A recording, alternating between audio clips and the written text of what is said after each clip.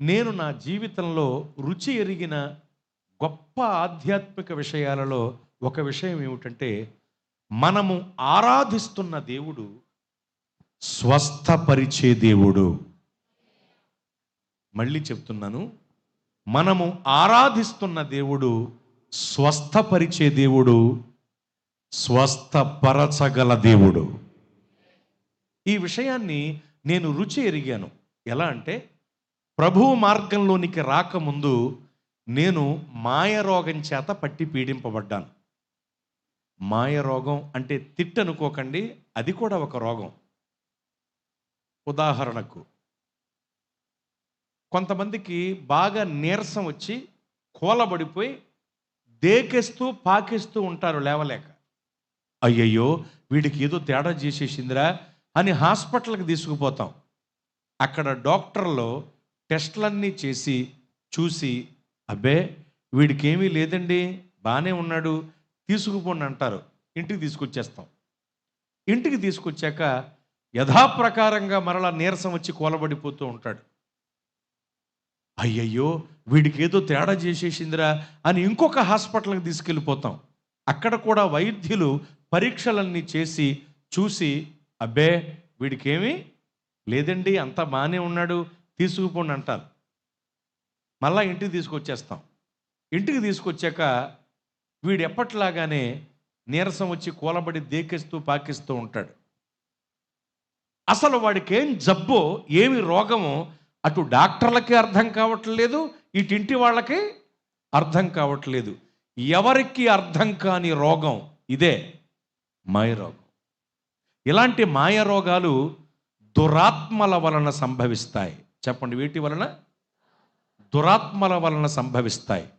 దురాత్మల వలన సంభవించేటువంటి మాయ రోగములను మాపుట ఈ లోక వైద్యుల వల్ల కాదు.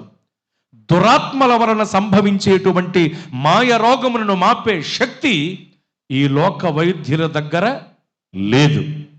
పరమ వైద్యుడు, పరమ ఔషధం, సర్వరోగ నివారణి అయిన యేసు ప్రభువు వారి పాదముల సన్నిధిని ఆశ్రయిస్తే, యేసు ప్రభువు వారి పైన ఆనుకుంటే, నిశ్చయముగా నిజముగా ప్రభువుని ఆశ్రయించగలిగితే మాయ రోగాలు మాసిపోతాయి. స్తోత్ర. మాయ రోగములను మాపే శక్తి ప్రభువైన యేసు వారి వద్ద ఉంది. దురాత్మల చేత పట్టి పీడింపబడ్డాను, చేతబడి శక్తుల చేత పట్టి కృంగదీయబడ్డాను నేను. అలా దురాత్మల చేత, చేతబడి శక్తుల చేత పట్టి పీడింపబడి చచ్చే స్థితికి వచ్చేసి నేను చనిపోతున్నాను అన్న విషయం నాకు తెలిసి మరణ భయము చేత కృంగిపోయి ఉన్న సమయంలో ఆయనెవరో నాకు తెలియకపోయినా, నేనెవరో, నా బ్రతుకేమిటో యేసు ప్రభువు వారికి బాగా తెలుసు గనుక, నన్నెరిగిన నా యేసు ప్రభువు వారు ఆశ్చర్య రీతిగా నన్ను దర్శించి ముట్టి స్వస్థపరిచి లేవనెత్తారు. మట్టికి చేర్చబడవలసిన నన్ను తన మహిమకు మార్చారు. మీ ముందు కూడా నన్ను సాక్షిగా నిలవబెట్టారు. నేను ప్రభు ద్వారా స్వస్థత, విడుదల పొందుకుని రుచి ఎరిగి రూఢిగా ప్రకటిస్తున్నాను. మనము ఆరాధించే దేవుడు స్వస్థపరిచే దేవుడు, స్వస్థపరచగలిగిన దేవుడు. ఆయన స్వస్థపరిచే దేవుడు. ఒకటి, ఆయన చెంతకొస్తే మాయరోగాలు మాసిపోతాయి. రెండవది, శారీరక రోగాలు సమసి పారిపోతాయి. రోగాలలో శారీరక రోగం కూడా ఒక భాగం. శారీరక రోగాలు అని ఉంటాయి. అవి ఇన్ని అని చెప్పలేం, కానీ ఒక అంచనా ఉంది, మీకు చెప్తాను. ఈ భూప్రపంచంలో 7,000 రకాల రోగాలు ఉన్నాయి అని ఒక అంచనా. ఎన్ని వేలు? 7,000 రకాల రోగాలు ఉన్నాయని ఒక అంచనా. ఈ 7,000 రకాల రోగములు మానవ శరీరంలో 39 చోట్ల దాడి చేస్తాయంటండి. 7,000 రకాల రోగాలు, విధాలు కాదు. ఉదాహరణకు జ్వరం ఉందనుకోండి, అది ఒక రకం.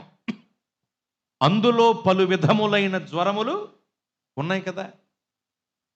తలనొప్పి ఉందనుకోండి, అది ఒక రకం. అందులో కొన్ని విధములైన తలనొప్పులు ఉన్నాయి కదా. క్యాన్సర్ వ్యాధి ఉందనుకోండి, అది ఒక రకం.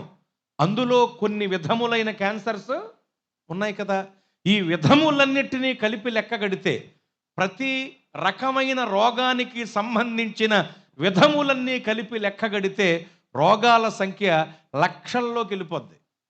కానీ ప్రాముఖ్యంగా చూస్తే ఈ భూప్రపంచంలో 7,000 రకాల రోగాలు ఉన్నాయి అని ఒక అంచనా ఉంది. ఈ 7,000 రకాల రోగాలు మానవ శరీరంలో 39 చోట్ల దాడి చేస్తాయటండి. మానవ శరీరంలో 39 చోట్ల దాడి చేసేటువంటి 7,000 రకాల రోగాల బారి నుండి మానవ జాతిని విడిపించటానికి, స్వస్థపరచటానికి 39 కొరడా దెబ్బలు భరించిన పరమ వైద్యుడు మన ప్రభువైన యేసు క్రీస్తు వారు. అందుకనే యెషయా గ్రంథంలో 53వ అధ్యాయంలో 5వ వచనం తర్వాత చదువుకోండి. అక్కడ ఈ విధంగా ఉంటుంది. 2వ భాగంలో, ఆయన పొందిన దెబ్బల చేత మనకు స్వస్థత. దేవునికి మహిమ కలుగునుగాక. ఆయన పొందిన దెబ్బల చేత మనకు స్వస్థత కలుగుచున్నది. మనల్ని స్వస్థపరచటానికి దెబ్బలు భరించారు. అంత గొప్ప పరమ వైద్యుడండి ఆయన. ఈ లోకపు వైద్యం గొప్పది కాదు అని నేను చెప్పట్లా. ఈ లోకపు వైద్యం గొప్పదే, కానీ 100% గొప్పదా? అందులో కూడా లోపాలు ఉన్నాయి. అయితే నేను ప్రకటిస్తున్నాను దేవుని పనివాడిగా, ఈ లోక వైద్యం గొప్పదే, కానీ ఒకవేళ ఈ లోక వైద్యం 100% గొప్పదైతే పరమ వైద్యం 100% గొప్పదే. ఎందుకంటే పరమ వైద్యుడైన యేసు ప్రభు వారు పరమ ఔషధమై ఉన్నారు, సర్వరోగ నివారిణిగా ఉన్నారు. అంతటి గొప్ప పరమ వైద్యుడండి యేసు ప్రభు వారు. ఆయనిచ్చే స్వస్థత దైవిక స్వస్థత. చెప్పండి, ఏమిటది? దైవిక స్వస్థత ఇస్తారు ఆయన. అంత గొప్ప పరమ వైద్యుడు ఆయన. ఆయన ఎంత గొప్ప పరమ వైద్యుడంటే మీకు తెలియటానికి కొన్ని మాటలు చెప్తాను. బైబిల్ గ్రంథంలో గుడ్డి వారిని యేసు ప్రభువు వారు స్వస్థపరిచిన సందర్భములు ఉన్నాయి. ఈ సందర్భాలలో ఒక సందర్భం చాలా ప్రత్యేకం. అదేమిటంటే, ఉమ్మి వేసి బురద చేసి ఆ బురద మట్టిని తీసి అతగాడికి రాసి వెళ్ళి కడుక్కోమని అతనికి దేవుడు స్వస్థత ఇచ్చారు. బైబిల్లో ఉన్న సందర్భమే ఇది. ఇక్కడ బాగా గమనిస్తే గుడ్డితనం కొన్ని విధాలుగా ఉంటుంది. మీకు తెలియటానికి గుడ్డితనంలో కూడా విధములు ఉన్నాయి. ఉదాహరణకు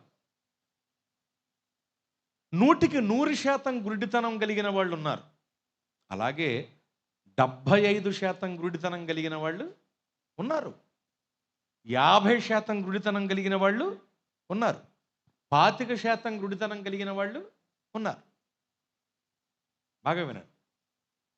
అలాగా గుడ్డితనం ఒక రకమైతే అందులో కొన్ని విధములైన గుడ్డితనాలు ఉన్నాయి. శారీరక గుడ్డితనం ఒక రకమైతే అందులో కొన్ని విధాలు ఉన్నాయి. అలాగే మరొక రకమైన గుడ్డితనం కూడా ఉందండి. బైబిల్ ప్రకారం చూస్తే లంచగొండ్లు గుడ్డివారు అని బైబిల్ చెబుతోంది. లంచగొండితనం కలిగిన వాళ్లకు గుడ్డితనం ఉంటుందట. అందుకనే న్యాయం, ధర్మం, నీతి, మంచితనం వాళ్లకు ఉండదు, వాళ్ళ కళ్ళకు కనబడదు. ఎందుకంటే లంచగొండ్లు గుడ్డివాళ్ళు అని బైబిల్ చెబుతోంది. లంచగొండితనం ఆ వ్యక్తికి గుడ్డితనాన్ని కలుగజేస్తుంది అని బైబిల్ చెబుతోంది. చూసారా? ఇది ఒక రకమైన గుడ్డితనం. అలాగే ఇక లంచగొండ్లు అంటే ఎన్ని రకాలుగా చెప్పుకోవచ్చో వాళ్ళ కోసం. అవునా? ఆమ్యామ్యాం బ్యాచ్, బల్ల కింద చేతులు పెట్టే బ్యాచ్. అర్థమవుతుందా? ఇలా చాలా రకాలుగా చెప్పుకోవచ్చు. గవర్నమెంట్ దగ్గర జీతం తీసుకుంటూ కూడా లంచం ఇస్తే కానీ పని చేయని బ్యాచ్.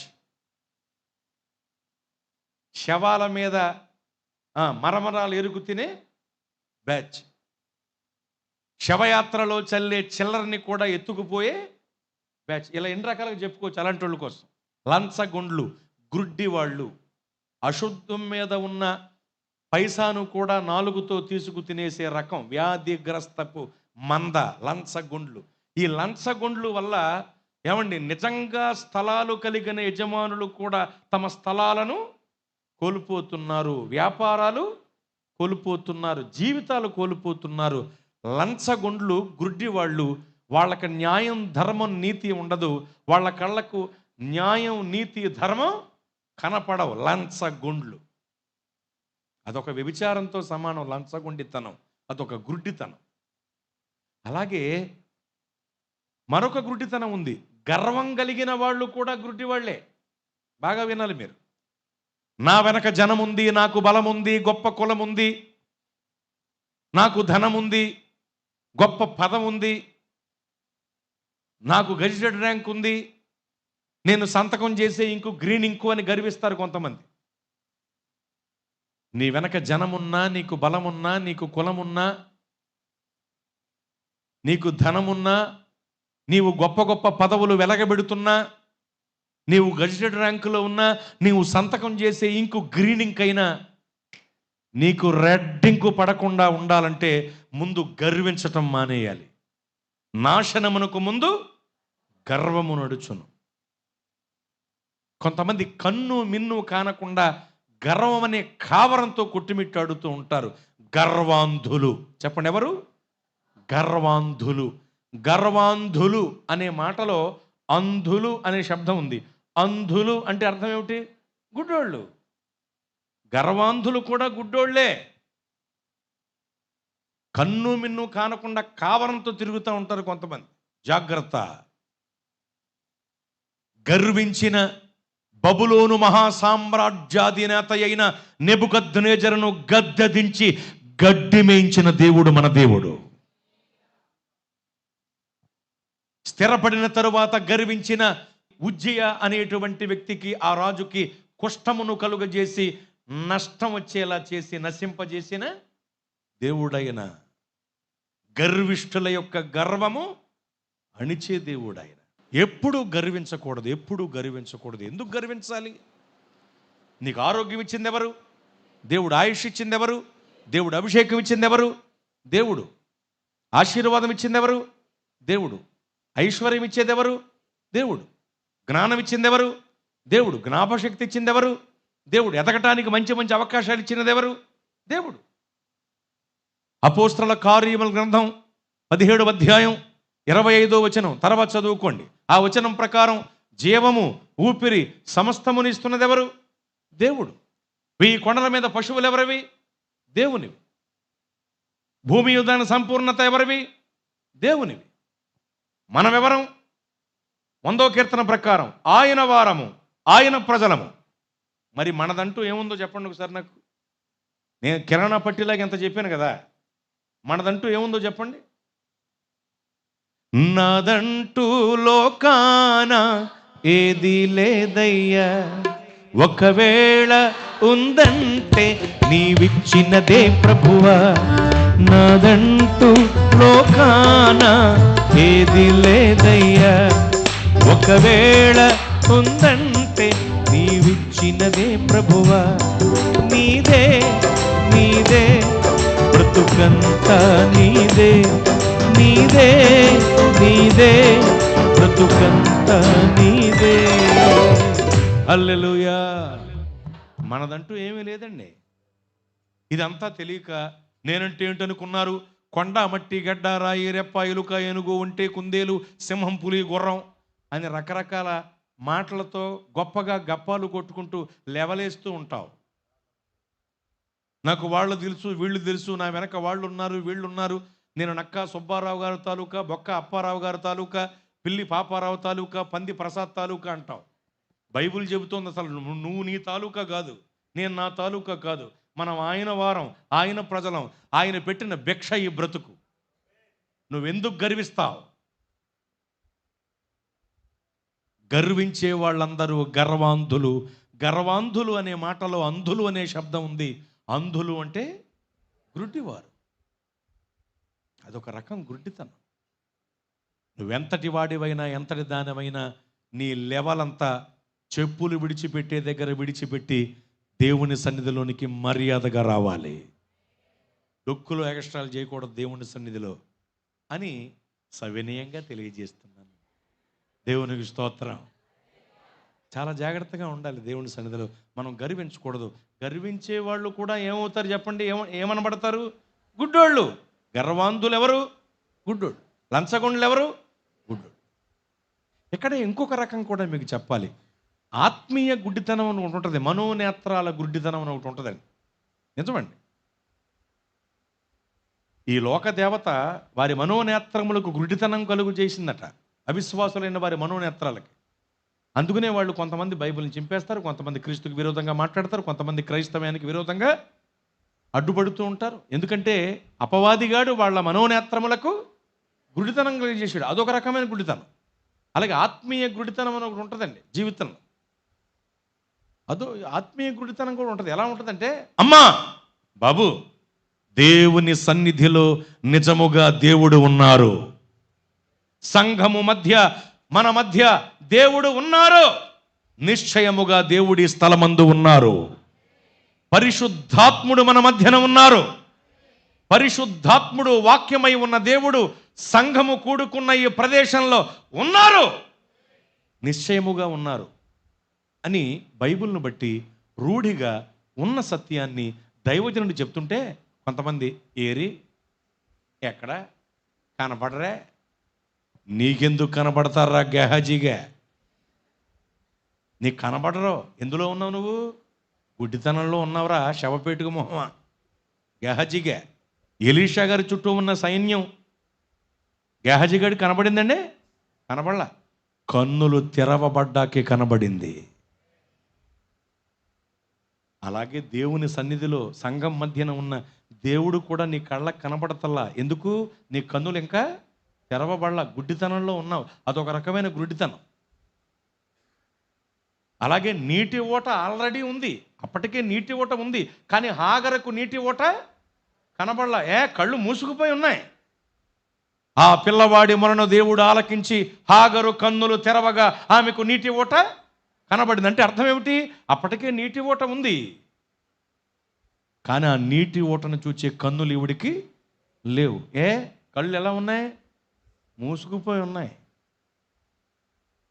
సంఘంలో కూడా కొన్నిసార్లు కొంతమంది స్త్రీల కళ్ళు మూసుకుపోయి, పురుషుల కళ్ళు మూసుకుపోయి, ఈ గెహాజీగాడి బ్యాచ్, ఈ హాగరు బ్యాచ్ ఉంటారు కొంతమంది. అంటే ఇక్కడ లేరులేండి, కొన్ని చోట్ల ఉంటారు, కళ్ళు మూసుకుపోయి ప్రవర్తిస్తారు. జాగ్రత్త, దేవుని కను దృష్టి నిలిచిన స్థలం ఇది.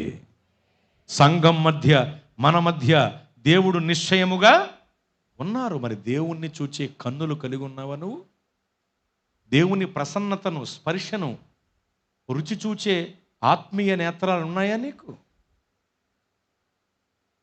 అదొక రకమైన గుడ్డితనంలో ఉంటున్నారు. గెహాజీ గాడికి ఉన్న గుడ్డితనం, హాగరుకు ఉన్న గుడ్డితనం.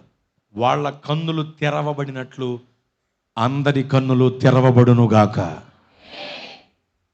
ఇలా చెప్పుకుంటూ పోతే గుడ్డితనంలో చాలా రకాలు, విధాలు ఉన్నాయండి.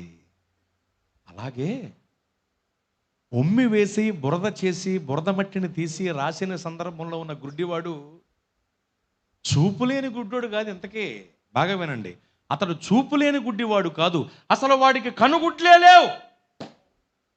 చెప్పండి, వాడికి కనుగుడ్లే లేవు. అదొక రకమైన గుడ్డితనం. చూపులేని గుడ్డితనం కాదు, అసలు వాడికి కనుగుడ్లే లేవు. ఇక్కడ బొరియలు ఉన్నాయి అంతే, ఖాళీ బొరియలు, కనుగుడ్లే లేవు వాడికి. కనుగుడ్లే లేనివాడు కంటి చూపును కోరుకున్నాడంటే ఎంత విశ్వాసం వాడిది! అతను ఎంత గొప్ప విశ్వాసం అండి! అతగాడు బాగా నమ్మాడు, శూన్యములో నుండి సర్వాన్ని సృష్టించిన దేవునికి అసాధ్యమైనది ఏది లేదని నమ్మాడు. కనుక కనుగుడ్లే లేనివాడు కంటి చూపుని కోరుకుంటే ప్రభు అతనిపై కనికరపడి ఉమ్మి వేసి బురద చేశారు. బాగా వినండి, ఇప్పుడు కనుగుడ్లే లేనివాడికి కంటి చూపు కావాలని కోరుకుంటున్నాడు. కంటి చూపు అతనికి కలగాలంటే అతనికి ఏముండాలి? కనుగుడ్లు ఉండాలి. కనుగుడ్లు ఉంటేనే కంటి చూపు కలుగుద్ది కదా. కంటి చూపు దేవుడు కలుగ చేయాలంటే అతనికి ముందు కనుగుడ్లు ఉండాలి. కనుగుడ్లు ఉండాలంటే దేవుడే కనుగుడ్లను కలుగ చేయాలి. దేవుడే కనుగుడ్లను కలుగ చేయాలంటే ఖచ్చితంగా మట్టి కావాలి. ఎందుకంటే మానవులను దేవుడు దేంతో చేశారు? మట్టితో చేశారు. బంగారంతో గనక చేస్తే కరువు కాలంలో కాలో చేయో అమ్ముకుని బతికేద్దాం. దేవుడు మట్టితో చేశారు కనుక ఇప్పుడు వీడికి కనుగుడ్లు కలుగు చేయాలంటే ఏం కావాలి? మట్టే కావాలి. అందుకని ఉమ్మి వేసి బురద చేసి ఆ బురద మట్టిని తీసి వాడి కను బొరియలలో కూరి రాసి వెళ్ళి కడుక్కోమని నూతనమైన కనుగుడ్లను, క్రొత్త కంటి చూపును దేవుడు తనకు అనుగ్రహించారు. క్రొత్త కనుగుడ్లను, నూతనమైన చూపును అనుగ్రహించిన పరమ వైద్యుడు మన ప్రభు. ఈ లోకపు వైద్యం అయితే వేరొకళ్ళ కళ్ళు తీసి ఇంకొకళ్ళకి పెట్టేస్తుంది. అలాగని గొప్పది కాదని నేను చెప్పట్లా, గొప్పదే ఈ లోక వైద్యం. ఈ లోక వైద్యం పొడిచినా మనల్ని, కోసినా మనల్ని, కుట్టినా మనల్ని, కట్టినా మనల్ని. కానీ పరమ వైద్యుడు అన్నీ ఆయనే మన కొరకు భరించారండి. ఆయన ఎంత గొప్ప పరమ వైద్యుడు అంటే క్రొత్త కనుగుడ్లను, నూతనమైన చూపును అనుగ్రహించారండి. బా, ఎంత గొప్ప పరమ వైద్యుడు. ఇక వేల్పులలో ఈయన వంటి పరమ వైద్యుడు వేరొకరు లేరు. ప్రభువుని ఆశ్రయిస్తే మాయ రోగాలు మాసిపోతాయి, శారీరక రోగాలు సమసి పారిపోతాయి. తన చేతిలో రోగాలు లయమైపోవును, తన చూపుతో దయ్యాలు విలవిలలాడును. తన చేతిలో రోగాలు లయమైపోవును, తన చూపుతో దయ్యాలు విలవిలలాడును. తన మాటతో ప్రకృతినే శాసించినవాడు, తన మాటతో ప్రకృతినే శాసించినవాడు. నీటిపై ఠీవిగా నడచిన వాడతడు, నీటిపై ఠీవిగా నడచిన వాడతడు. ఆశ్చర్యకరుడు, ఆలోచనకర్త, నిత్యుడగు తండ్రి, సమాధానకర్త. ఆశ్చర్యకరుడు, ఆలోచనకర్త, నిత్యుడగు తండ్రి, సమాధానకర్త. తన వంటి గొప్ప దేవుడు ఎవరున్నారిలలో? తనకు సాటైన ధీటైన దేవుడు లేనిలలో. తన వంటి గొప్ప దేవుడు ఎవరున్నారిలలో? తనకు సాటైన ధీటైన దేవుడు లేనిలలో. ఆశ్చర్యకరుడు, ఆలోచనకర్త, నిత్యుడగు తండ్రి, సమాధానకర్త. ఆశ్చర్యకరుడు, ఆలోచనకర్త, నిత్యుడగు తండ్రి, సమాధానకర్త.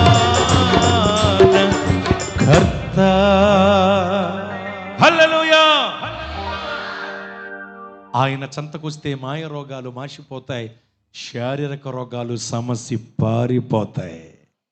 అంతేకాదు ఆత్మీయ వ్యాధులు అణిగిపోతాయి. ఆత్మీయ వ్యాధి అని ఒకటి ఉందండి బాబు.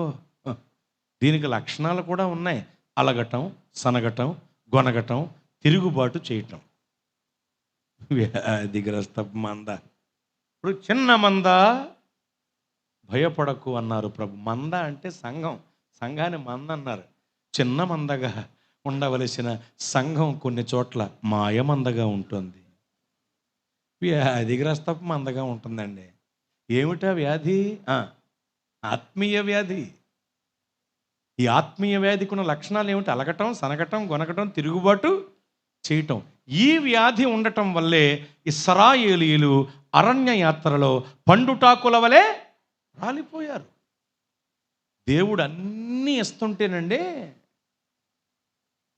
వాటన్నిటిని అనుభవిస్తూ ఎంత తిరుగుబాటు చేశారో. ప్రతిసారి అలిగి సనికి గొనికి తిరుగుబాటు చేయటం. పేడ, మట్టి, నీళ్లు జాగ్రత్తగా తెచ్చుకుని కలిపి ఇంటిని అలుక్కునేటప్పుడు బాగానే ఉందండి ఈవిడ. టైల్స్ వేసేకి తేడా వచ్చిందండి. మీకు అర్థమైంది? ఇప్పుడు టైల్స్ వేసేకి తేడా వచ్చండి. వాళ్ళ ఆయన్నే రానేవద్దు లోపలికి. ఏయ్, రాళ్ళు మట్టి అయిపోతున్నాయి, కాళ్ళు దులుపుకుని రా, కాళ్ళు కడుక్కొని రా, కాళ్ళు తుడుచుకుని రా. అంతకుముందు ఉండేది కదా ఇది, ఈ విధానం ఉండేది కదా. వచ్చేవాడు ఇప్పుడు కాళ్ళు కడుక్కోవాలి, కాళ్ళు తుడుచుకోవాలి, జాగ్రత్తగా చూసుకుని రావాలి. ఇదంతా చేసేదాకా అవసరమైతే బయట నుంచోవాలి. అలుక్కునేటప్పుడు బాగానే ఉందండి ఈవిడ, టైల్స్ వేసేకి తేడా వచ్చింది. అక్కడ ఈవిడ అంటే సంఘం అనే సంగతి మీరు గుర్తుంచుకోవాలి. ఇది అలంకార భాషలో చెప్తున్నా మీకు తెలియటానికి. ఏమండి, పప్పుని రుబ్బురోలేసి రుబ్బుకునేటప్పుడు బాగానే ఉండేదండి ఆవిడ. గ్రైండర్ మిక్సీ వచ్చే తేడా వచ్చిందండి. అర్థమవుతుందా? అంట్లు ఆవిడే తోముకునేటప్పుడు, ఇల్లు వాకిలు తుడుచుకునేటప్పుడు బాగానే ఉండేది. పని మనిషిని పెట్టే తేడా వచ్చిందండి. సౌకర్యాలు పెరిగే కొలది ఇంకా చక్కగా ఉండాలి కానీ చెడిపోకూడదు. అవునా కదా? బాగా వినండి. బట్టలు బండకేసి ఉతుక్కునేటప్పుడు బాగానే ఉంది, వాషింగ్ మిషన్ వచ్చే తేడా చేసింది.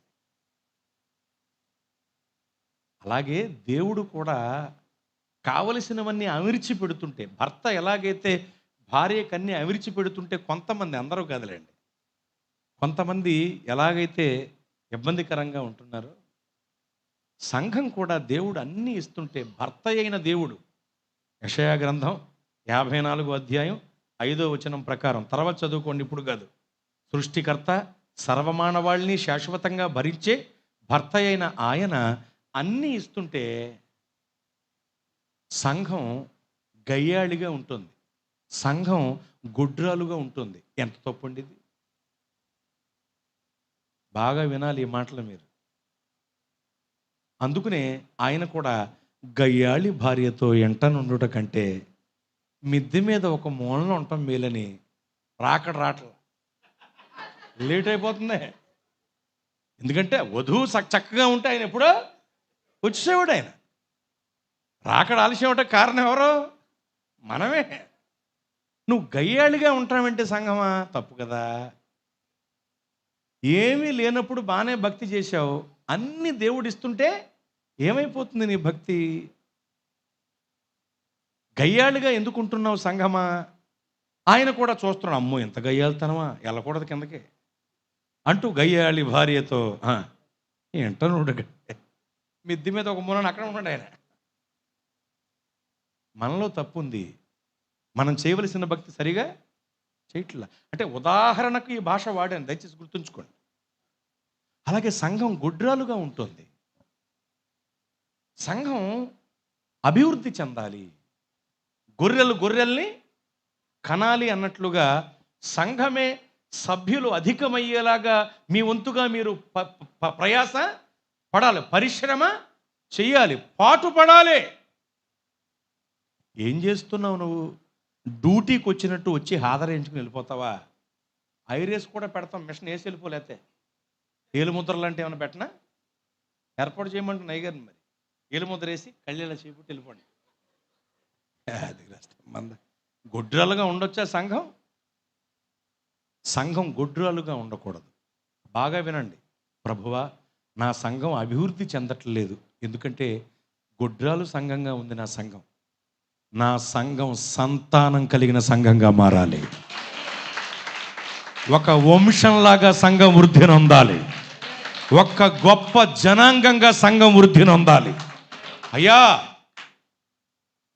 శారా గర్భాన్ని తెరిచినట్లుగా మా సంఘం యొక్క గర్భాన్ని కూడా మీరు తెరవండి. నేను అలంకార భాష మాట్లాడుతున్నాను, ఇది అక్షరార్థంగా తీసుకోకండి. అక్షరం వేరు, అలంకారం వేరు. నేను అలంకార భాష వాడుతున్నాను. దేవా, మా సంఘం యొక్క గర్భం తెరవండి. ఆమె ఎలాగైతే సంతానం కలిగిన ఆవిడిగా అయిందో, మా సంఘం కూడా సంతానం విస్తరించే సంఘంగా అయిపోవాలి. సంఘాభివృద్ధి మేము కళ్ళారా చూడాలి. అయ్యా, రెబ్కా గర్భాన్ని మీరు తెరిచారయ్యా, మా సంఘ గర్భాన్ని కూడా తెరవండి అడగాలి దేవుణ్ణి. ఎన్నాళ్ళు ఇంకా గుడ్రాలు సంఘంగా ఉంటావు? ఎన్నాళ్ళు ఆత్మీయ వ్యాధితో ఉంటావు? ఎన్నాళ్ళు గయ్యాళితనం అనేటువంటి బుద్ధితో ఉంటావు? ఎన్నాళ్ళు అలుగుతావు, సనుగుతావు, గొనుగుతావు, తిరుగుబాటు చేస్తావు? ఇదంతా ఆత్మీయ రోగం కాదనుకుంటున్నారా మీరు? సంఘం గుడ్రాలుగా ఉండటం ఆత్మీయ రోగమే. సంఘం గయ్యాళిగా ఉండటం ఆత్మీయ రోగమే. అలగటం, సనగటం, గొనగటం, తిరుగుబాటు చేయటం అనే లక్షణాలు నీలో ఉండటం నీలో ఆత్మీయ వ్యాధి ఉన్నట్లే. అలుగుతారు చాలామంది. ఇక్కడ అలాంటి వాళ్ళు లేరు, కానీ సందర్భం వచ్చిందని చెప్తున్నాను. కొంతమంది ఎందుకు అలుగుతారో కూడా తెలియదు చిన్న చిన్న విషయాల్లో. మా సంఘాల్లో నుండి అయ్యగారు ఒక సంఘంలో ఏం జరిగింది తెలుసండి? బల్లారాధన ఇచ్చేటప్పుడు చిన్న రొట్టె మొక్క వచ్చిందని మానేసింది అలిగేసి ఒక ఆవిడ.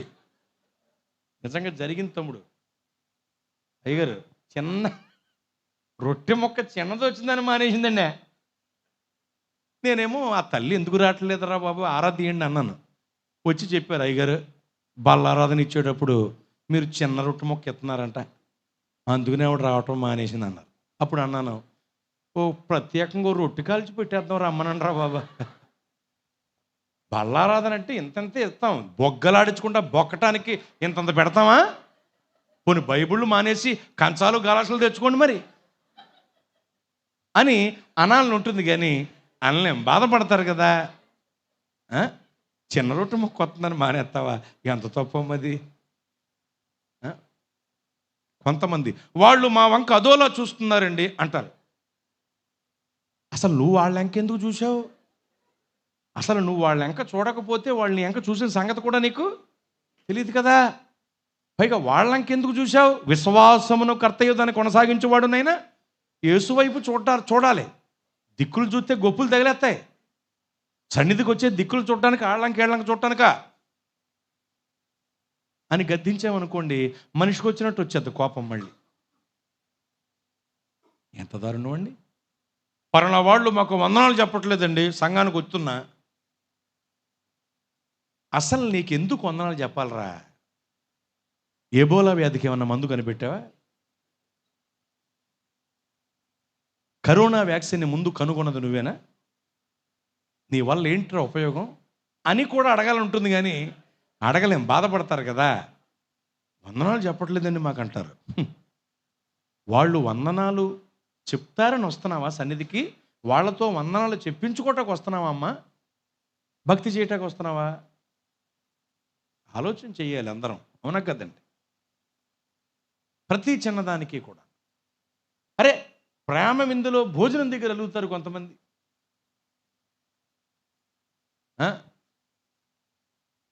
మాంసం కూరలో బంగాళదుంపలు వేసి ఉండారట సంఘంలో, జరిగిన విషయం ఇది. వడ్డించేటప్పుడు మాంసం ముక్కలు కాకుండా బంగాళదుంప ముక్కలు ఎక్కువ పడినాయి ఒకడికే. బంగాళదుంప ముక్కలు ఎక్కువ పడినందుకు గందరగోళం చేశాడంటాడు. ఎరా ఇంకా జీవితంలో మాంసం తినవా? ఇంకా ఆ రోజు అక్కడ తిన్న తర్వాత చచ్చిపోతావా? ఇంకా మీ బ్రతుకులో మాంసం వండుకోరా మీ ఇంట్లో? ఆ రోజు మాంసం ముక్కలు కొన్ని పడి బంగాళదుంప ముక్కలు ఎక్కువ పడి అనుకో, మెక్కి అవతలకు పో. నీకు ఆ జిహ్వ చాపల్యం చచ్చిపోకపోతే తెల్లారి ఒక కేజీయో రప్పించుకుని వండేసుకుని ఒక్కడవే వట్రంగా తినే కొనుక్కు తినరా. అంతేగాని చూసారా వాళ్ళందరికీ మాంసం ముక్కలు ఎక్కువేసి నాకు బంగాళదుంప ముక్కలు ఎక్కువ వేస్తారా అని గొడవ రేపడటండి. ఇదా క్రమం? ఇదా తప్పు కదా. ఏ కోశాన్నా మనం సంఘాభివృద్ధికి ఆటంకం కాకూడదు, సంఘ సహవాస క్రమానికి ఆటంకం కాకూడదు, దైవజనులకు దుఃఖంగా మనం మారకూడదు. ఆత్మీయ వ్యాధి అంటారు మారితే, చెడుగా మారితే ఆత్మీయ వ్యాధి అది. పాటలు ఇవ్వకపోతే అలుగుతారు కొంతమంది, పాటలు ఇస్తే పాటలను నాశనం చేసి కూటాలను కూనీ చేస్తారు. మామూలు ఇబ్బందులు కాదు. వందన సమర్పణలో పేరు చెప్పకపోతే అలుగుతారు కొంతమంది. వందన సమర్పణలో పేరు చెప్పాలట. జీవగ్రంథంలో నీ పేరు ఉండటం ముఖ్యం కదా. కొన్నిసార్లు దైవజనుడు తనకు ఉన్న ఒత్తిడిని బట్టి, పరిస్థితిని బట్టి, పరిచర్యలో ఉన్నటువంటి భారాన్ని బట్టి కొంతమంది పేర్లు మర్చిపోతారు. దయతో అర్థం చేసుకోవాలి తప్ప నా పేరు చెప్పలేదు. వందన సమర్పణలో పేరు చెప్పకపోతే అలుగుతారు, తప్పది, చాలా తప్పు. కొంతమంది వేదికపైకి పిలవకపోతే అలిగేవాళ్ళు ఉన్నారు. ఏ కోశాన్న ఏ విధానాన్న నువ్వు అలిగి సని గునికి తిరుగుబాటు చేసిన నీవు ఆత్మీయ వ్యాధిగ్రస్తుడవు, వ్యాధిగ్రస్తురాలవు. అయితే దేవుని మహాకృప ఎంత గొప్పదో తెలుసా?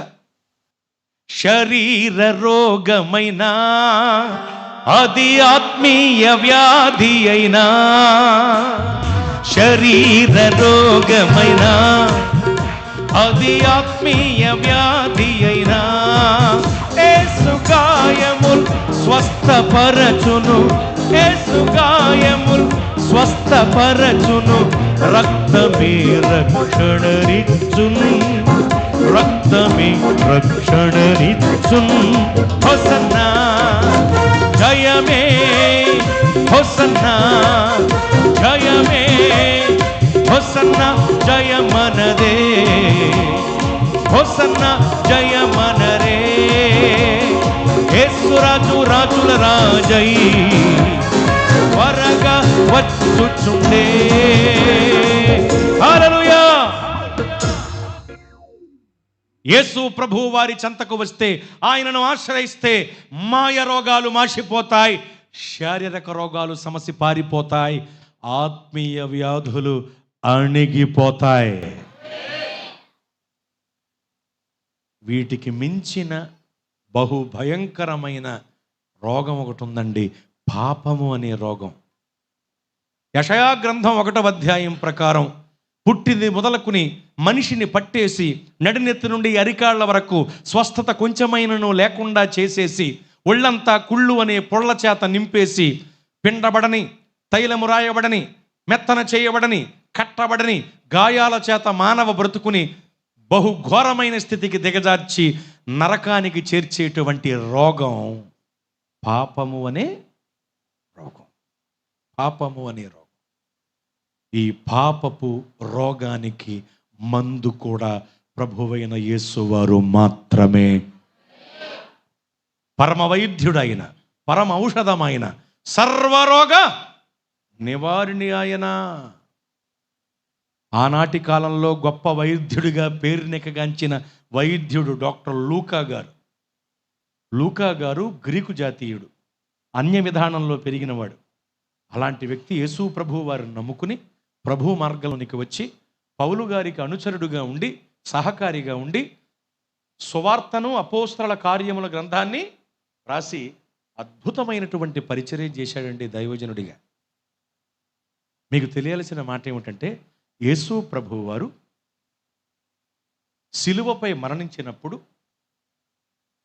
తగిన సమయమందు ఆయన శరీరాన్ని, ప్రభు యొక్క శరీరాన్ని శిలువపై నుండి క్రిందకి దించిన తరువాత, ఒక చోటన పెట్టిన తరువాత ఆయన మరణించారు అని నిర్ధారించి మరణ ధృవీకరణ పత్రాన్ని ఇచ్చిన వైద్యుడు డాక్టర్ లూకా గారు.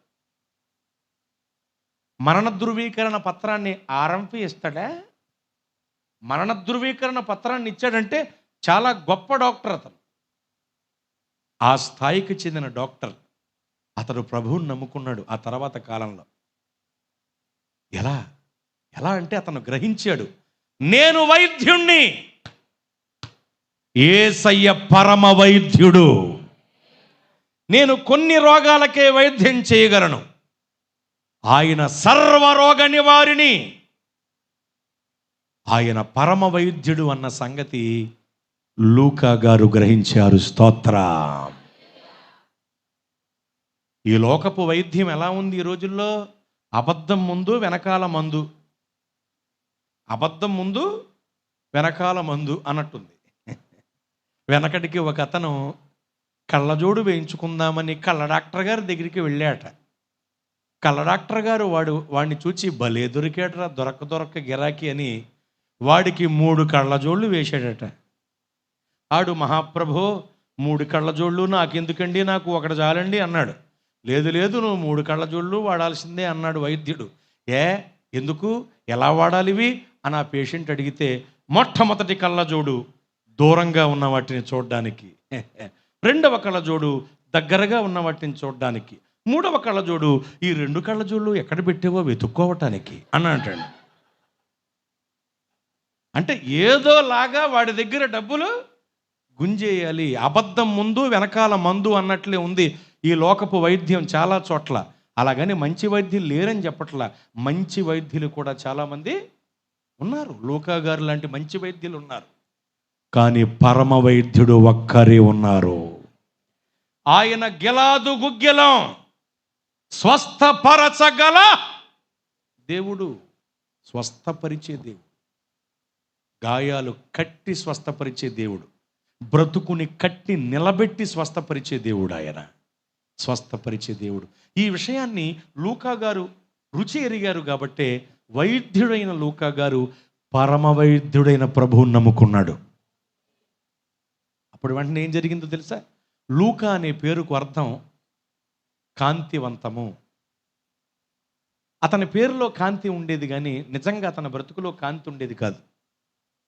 ఎప్పుడైతే ప్రభువు నమ్ముకున్నారో అతని పేరులో ఉన్న కాంతి వెలుగై ఉన్న యేసు ప్రభువు వారి ద్వారా లూకా గారి జీవితంలోకి వచ్చింది. దేవునికి మహిమ కలుగును గాక. అద్భుతమైన నక్షత్రంగా ప్రకాశించి గొప్ప పరిచర్య చేశాడు లూకా గారు. పరమ వైద్యుని నమ్ముకున్నాడండి ఈ వైద్యుడు. యేసయ్య ఎంత గొప్ప పరమ వైద్యుడు గమనించారా? ఆయన ఎంత గొప్ప పరమ వైద్యుడు అంటే ఆయన చెంతకొచ్చి ఆయనను ఆశ్రయిస్తే మాయ రోగాలు మాసిపోతాయి, శారీరక రోగాలు సమస్య పారిపోతాయి, ఆత్మీయ వ్యాధులు అణిగిపోతాయి, పాపమనే వ్యాధి పటాపంచలై పారిపోతే. పాపమనే వ్యాధిని తొలగించే దేవుడు ఆయన. రుధిరపాతం వినా పాప విమోచనం నభవతి అన్నారు. అనగా రక్తము చెందింపకుండా పాపక్షమాపణ కలుగదని ఈ శ్లోకము యొక్క భావం. ఏ రక్తం? గొర్రెల కూడల కొంగల కోళ్ళ కుక్కల మేకల రక్తమా? కాదు. ఆ రక్తం వల్ల పాపం పోదు. పోనీ మన రక్తమా? అబ్బే, మన రక్తం వల్ల కూడా పాపం పోదు. ఒక పాపి రక్తం వేరొక పాపిని పరిశుద్ధపరచలేదు. ఎందుకంటే గ్రుడ్డివాడికి త్రోవ చూపెడితే ఇద్దరు కలిసి గుంటలో పడతారని ప్రభువే చెప్పారు. కాబట్టి మన రక్తం కూడా పాపమును నివృత్తి గావించలేదు. మరి ఏ రక్తం? నిర్దోషమైన, నిష్కలంకమైన, పరిశుద్ధమైన రక్తమై ఉండాలి. ఇటువంటి రక్తాన్ని మన కొరకు చిందించటానికి జీవితకాలం అంతే మరణ భయము చేత పట్టి పీడింపబడుతూ పాపపు దాస్యపు శృంఖలములలో చిక్కుకుపోయి నలిగి నశించి నరకాగ్నికి దిగజారిపోబోతున్న మానవాళిని విమోచించటానికి ఆత్మరూపి అయిన దేవుడు రక్తమాంసములలో పాలివాడాయను. ఆయనే ప్రభువైన యేసు క్రీస్తు వారు. ఆయన ఈ భూలోకానికి వచ్చి లేత మొక్క వలె ఎదిగి తగిన సమయమందు తనను తాను అప్పగించుకుని నలగొట్టబడి సిలువ మ్రానుకు దేవగొట్టబడి రక్తమంతా కార్చి ప్రాణం పెట్టి మనకు గొప్ప రక్షణ భాగ్యం అనుగ్రహించారు. సిలువలో బలి అయి యేసు ప్రభువు వారు కార్చిన రక్తం మన పాపములను తొలగించి మనల్ని పరిశుద్ధపరిచే ఏకైక సాధనం. ప్రియా స్నేహితులారా, మన చేతికి మట్టి అంటుకుంటే కడుక్కోవటానికి నీళ్లు సాధనం. మరి నీళ్లకు బురద పడితే శుద్ధి చేయటానికి పటిక, ఎండుపు గింజలు, బ్లీచింగ్ వంటివి సాధనాలు. మరి ఆత్మకు పట్టింది మస్టు, పాపమనే మరణం, మాలిన్యం. ఈ మరణాన్ని తొలగించగల ఏకైక సాధనం యేసు రక్తం ఒక్కటి మాత్రమే. యేసు రక్తము ప్రతి పాపిని కడిగి మానవులను పరిశుద్ధపరుస్తుంది. మానవుల్ని పట్టి పీడిస్తూ అధపాతాలానికి త్రొక్కేస్తున్న పాపమనే రోగాన్ని పటాపంచలు చేస్తుంది ప్రభువు కార్చిన రక్తం. చూసారా? మనల్ని స్వస్థపరచటానికే, మనకు ఆరోగ్యం ఇవ్వటానికే ఆయన దెబ్బలు గాయాలు భరించారు. ఆయన పొందిన దెబ్బల చేత మనకు స్వస్థత కలుగుతుంది. మన పాపమనే రోగాన్ని తొలగించటానికే ఆయన రక్తం కార్చారు. ఆయన రక్తం పాపపు రోగాన్ని తొలగిస్తుంది. ఏ కోణంలో చూసినా ఆయన పరమ వైద్యుడు, పరమ ఔషధం, సర్వరోగ నివారిణి మన ప్రభువైన యేసు క్రీస్తు వారు. ఆయనే నిన్ను స్వస్థపరచగల దేవుడు. నీ శరీరాన్ని ఆయన స్వస్థపరుస్తారు, నీ ఆత్మను ఆయన స్వస్థపరుస్తారు, నీ మనస్సును ఆయన స్వస్థపరుస్తారు. ఆయన నీకు దైవిక స్వస్థతను అనుగ్రహిస్తారు. చెప్పండి, ఏ స్వస్థత? దైవిక స్వస్థతను అనుగ్రహిస్తారు. అయితే ఈ స్వస్థతను నువ్వు పొందాలంటే నీ విశ్వాస పరిమాణం బాగుండాలి. ఇది తెలియక స్వస్థపరుస్తాడా, ఏది చేసి చూపెట్టండి చూద్దాం అన్నారు కొంతమంది. నువ్వు అనుకున్నప్పుడల్లా చేసేయటానికి, అడిగినప్పుడల్లా జరిగిపోవటానికి ఇవేమన్నా గజకర్ణ, గోకర్ణ, టక్కు టమారాలు ఏంట్రా? కొంక నక్క అని అనాలని ఉంటుంది, కానీ అనలేం, బాధపడతారు కదా. ఇలాంటి బ్యాచ్ ఉంటారనే దేవుడు ముందే చెప్పారు. నమ్ముట నీ వలనైతే నమ్మువానికి సమస్తము సాధ్యమే అని చెప్పారు. ముందు నీ వల్ల అవ్వవలసింది నీ వల్ల అయితే ఆయన చేయవలసింది ఆయన చేస్తారు. నీ వల్ల ఏమవ్వాలి? నమ్ముట నీ వల్ల అవ్వాలి. కరోనా 3 సార్లు వచ్చింది నాకు, 3 సార్లు. మొదటిసారి 47 రోజులు పట్టింది తగ్గటానికి, రెండవసారి 10 రోజులు పట్టింది, మూడవసారి 3 రోజుల్లో వెళ్ళిపోయింది. హాయ్ అని వచ్చింది, యేసు నామంలో బాయ్ అని పంపించేశాం. చూడండి, 3 సార్లు కరోనా వచ్చింది. నేను హాస్పిటల్కి వెళ్ళా. మొదటిసారి కరోనా వచ్చినప్పుడు 280 రూపాయలు ఖర్చు అయింది, పెద్ద ఖర్చే. రెండవసారి కరోనా వచ్చినప్పుడు 150 రూపాయల దాకా అయిపోయింది. మూడోసారి 80 రూపాయల దాకా అయిపోయింది, పెద్ద ఖర్చే.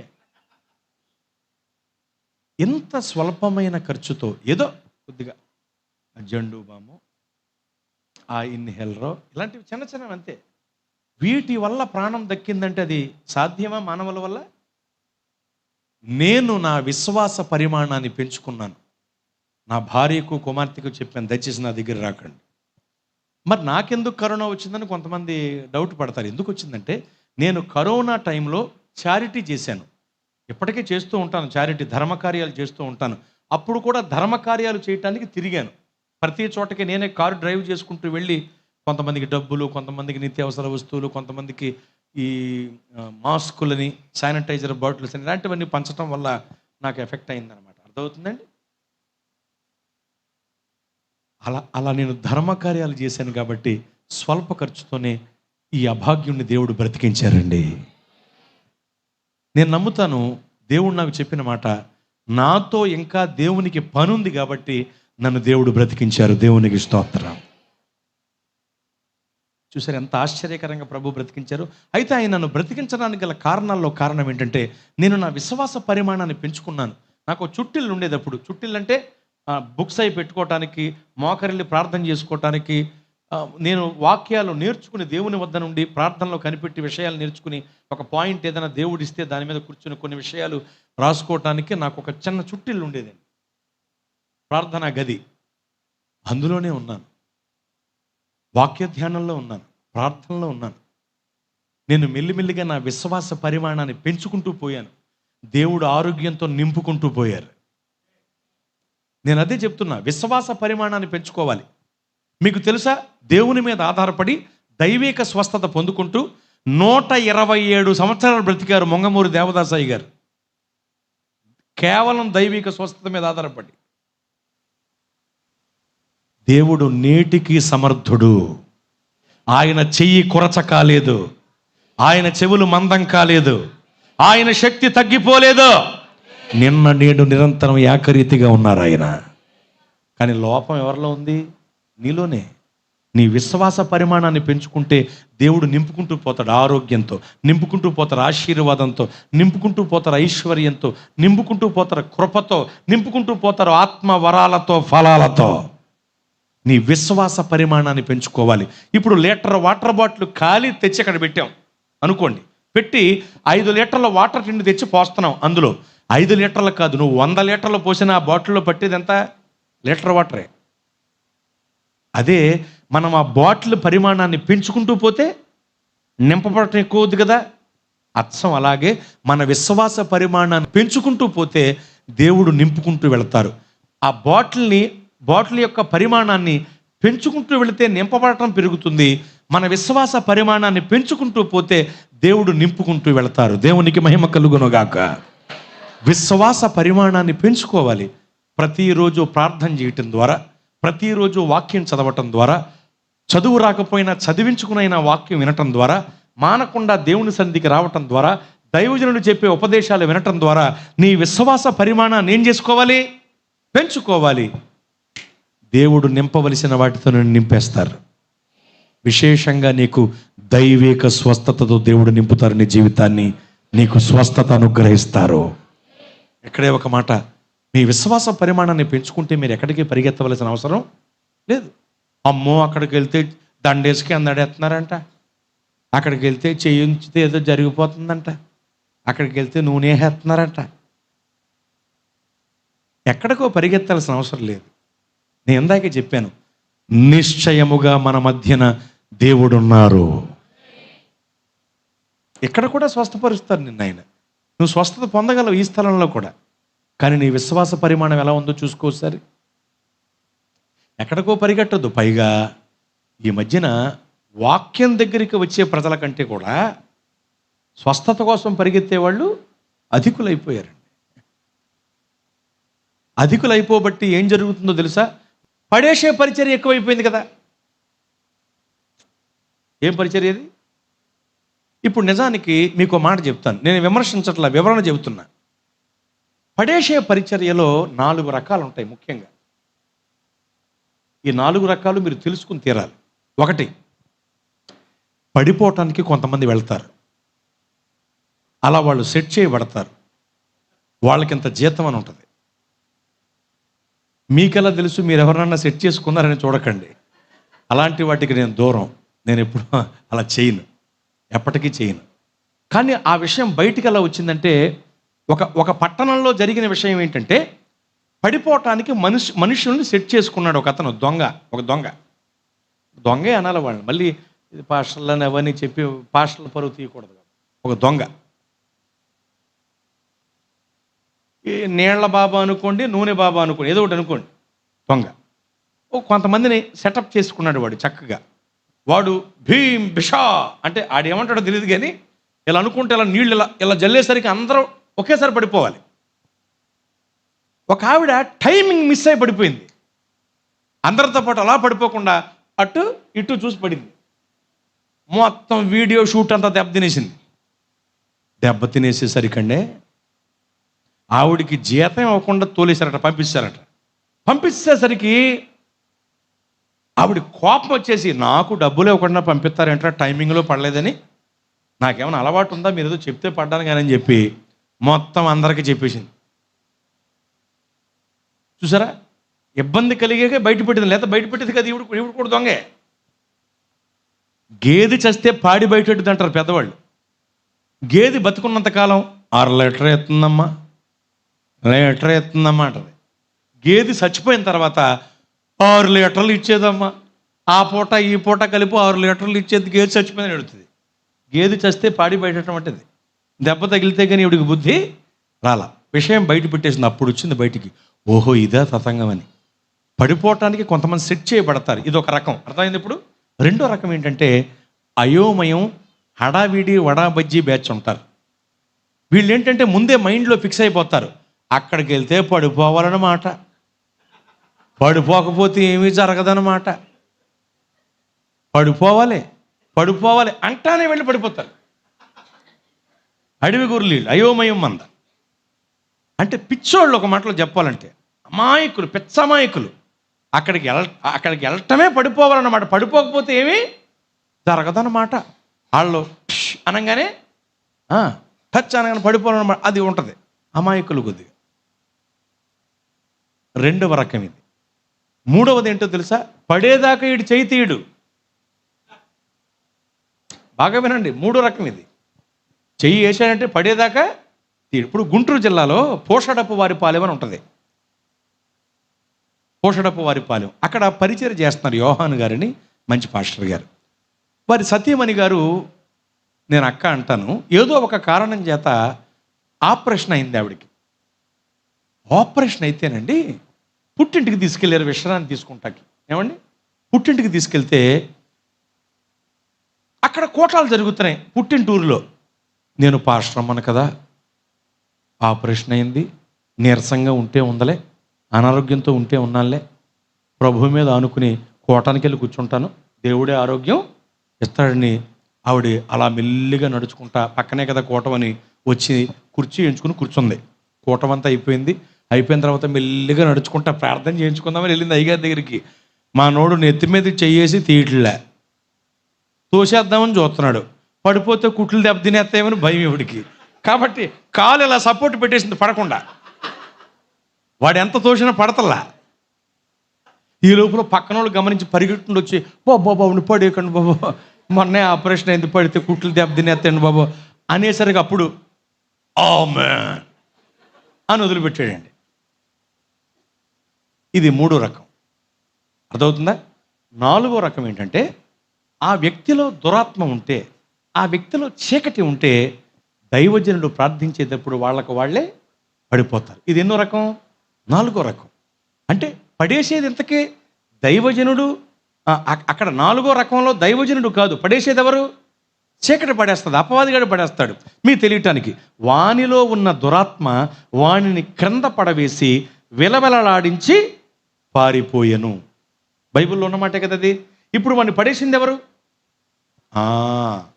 ఎవరిలో అయితే దురాత్మ ఉంటుందో, అలా దురాత్మ కలిగిన వాళ్ళు, చీకటి కలిగిన వాళ్ళు, చీకటి ప్రభావంతో పట్టబడిన వాళ్ళు ఖచ్చితంగా ఏమవుతారు? వాళ్ళు పడిపోతారు. అందుకనే కొన్నిసార్లు మామూలుగా సంఘ కాపరిగా కొనసాగుతున్న దైవజనులమైన మేము, ఎందుకంటే మేము పడేసే పరిచర్య కాదుగా అది, దేవుని స్తోత్రం. అయితే మీరు గమనించండి, మేము ప్రార్థిస్తున్నా కొంతమంది పడిపోతారు కొన్ని చోట్ల. ఎందుకు పడ్డారు? అక్కడ మేం కాదు పడేసింది, ప్రభువు కాదు పడేసింది, వాళ్ళల్లో ఉన్న దురాత్మ వాళ్ళని పడేసి పారిపోయింది. అర్థమైంది ఈ విషయం? బిబిలికల్గా చెప్తున్న ఈ విషయాన్ని బాగా వినండి. ఇది 4వ రకం. అపవాదిగాడు పడేస్తాడు, చీకటి పడేస్తుంది మనిషిని. 4వది. ఇప్పుడు చెప్పండి, పడేసే పరిచర్యలని భాగాలు 4 భాగాలు. ఈ 4 భాగాల్లో జరిగేది ఏ భాగమో మీరే ఆలోచన చేసుకోవాలి. కాబట్టి అక్కడికి పరిగెట్టక్కర్లా. ఇక్కడ కూడా ప్రభు మిమ్మల్ని స్వస్థపరచగలరు. ఈ స్థలమందు కూడా మీరు దైవికమైన స్వస్థత పొందుకుంటారు. దైవిక స్వస్థత మీకు కలుగుద్ది. మీ శరీరానికి స్వస్థత, మీ ఆత్మకు స్వస్థత, మీ మనస్సుకు స్వస్థత మీకు ఖచ్చితంగా కలుగుద్ది. దైవిక స్వస్థత. ఎందుకంటే మనం ఆరాధిస్తున్న దేవుడు స్వస్థపరిచే దేవుడు, పరమ వైద్యుడు, పరమ ఔషధం, సర్వరోగ నివారణి ఆయన. స్వస్థపరిచే దేవుడు ఆయన. మనల్ని స్వస్థపరచడానికి ఆయన దెబ్బలు భరించారు, గాయాలు భరించారు. మనల్ని పాపమనే జబ్బు నుండి విడిపించటానికి తన రక్తాన్ని కార్చారు. అంత గొప్ప పరమ వైద్యుడు ఆయన. నువ్వు రా, ఎక్కడ ఉండి మాటలు వింటున్నా దేవుని సన్నిధికి రా, ప్రార్థనలో ఉండు, వాక్యోపదేశాన్ని విను, వాక్యం చదువు, ప్రతిరోజు చదివించుకునైనా విను, మానకుండా దేవుని సన్నిధికి రా. ఖచ్చితంగా నీ విశ్వాస పరిమాణాన్ని పెంచుకో. దేవుడు నింపుకుంటూ వెళతారు.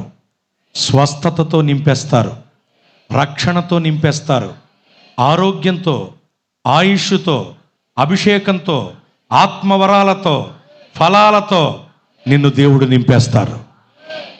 నువ్వు చేయాల్సింది ఏమిటంటే, మానక దేవుని సన్నిధికి వచ్చి ఆయన ఇచ్చే దైవిక స్వస్థత పొందటానికి నీ విశ్వాస పరిమాణాన్ని పెంచుకుంటూ పో. దేవుడు నింపుకుంటూ పోతాడు. అటు ఇటు ఇటు అటు ఇటు పరిగెట్టకు. నిలకడగా దేవుని సన్నిధిలో ఉండు. నీతి రాజ్యానికి వారసుడివి, వారసురాలివిక. దేవుడి క్లుప్త వివరణ మన వెనుకడిలో దీవించునుగాక. ఆమె